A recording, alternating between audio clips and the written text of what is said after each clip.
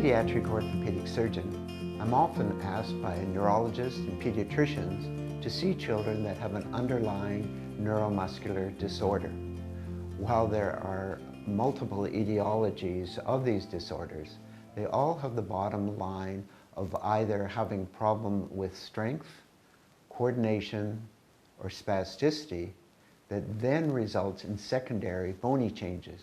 These can be at the feet, up through the legs, and even into the spine. Two relatively common conditions that we see demonstrate the diversity of how these conditions can present. The first is cerebral palsy. Cerebral palsy is a condition caused by a injury to the immature brain occurring either in the prenatal or perinatal period.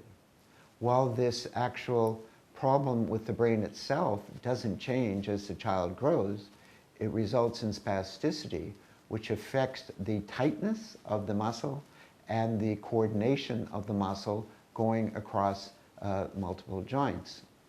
This can then result in deformities, as I discussed.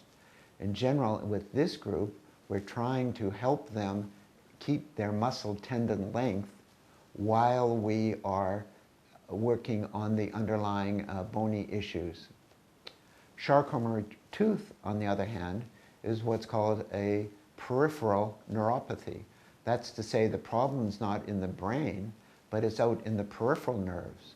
And this condition, from a neurologic point of view, will continue to worsen as the child gets older. The common manifestation that we see with that is a child that has a Cavus foot. A Cavus foot is the opposite of a flat foot, and they have a very high arch. And the trouble with that is that it leads to abnormal wear on the foot as the child gets older. Usually, we start to notice these problems with the child between age 6 and 10.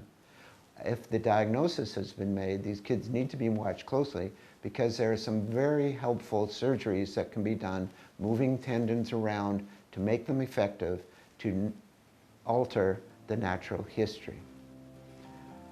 Just globally, looking at all underlying neuromuscular conditions, we always need to be considering what the orthopedic manifestations of these can be.